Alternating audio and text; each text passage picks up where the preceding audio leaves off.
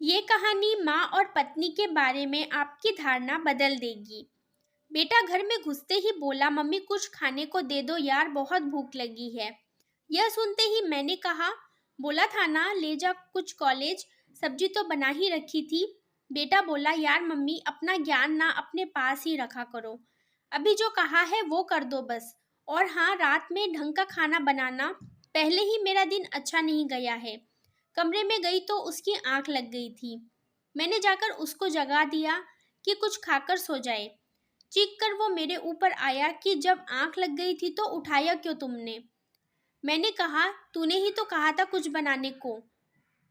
वो बोला, मम्मी एक तो कॉलेज में टेंशन, ऊपर से तुम यह अजीब से काम करती हो, दिमाग लगा लिया करो कभी तो। तभी घंटी बजी तो बेटी भी आ गई थी।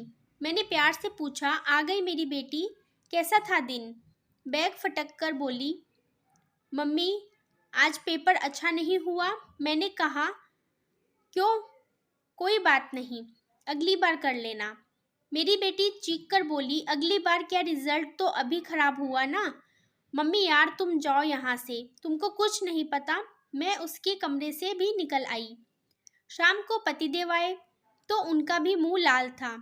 थोड़ी बात करने की कोशिश की, जानने की कोशिश की, तो वो भी झल्ला के बोले, यार मुझे अकेला छोड़ दो, पहले ही बॉस ने क्लास ले ली है और अब तुम शुरू हो गई।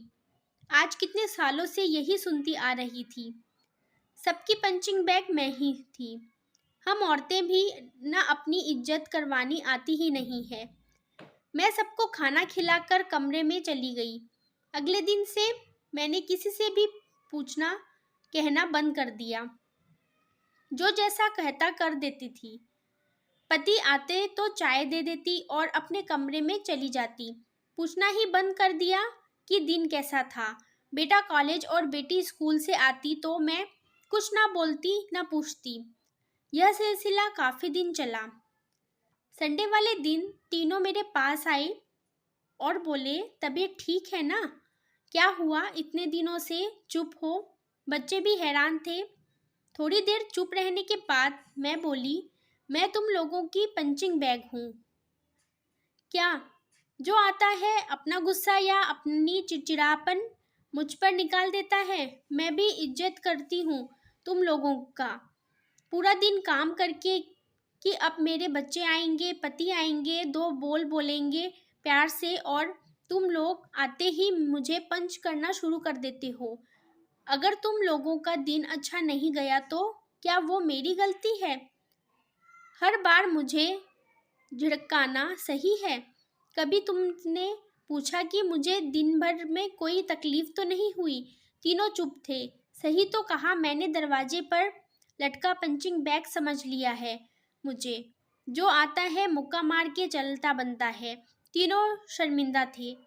तो इस कहानी से यह सीख मिलती है कि दोस्तों, हर माँ हर बीबी अपने बच्चों और पति के घर लौटने का इंतजार करती है। उनसे पूछती है कि दिन भर में सब ठीक था या नहीं। लेकिन कभी कभी हम उनको ग्रांटेड ले लेते हैं, हर चीज़ का गुस्सा उन पर निकालते हैं। कभी कभी तो यह ठीक है, लेकिन अगर ये आपके घर वालों की आदत बन जाए तो आप आज से ही सबका पंचिंग बैग बनना बंद कर दें।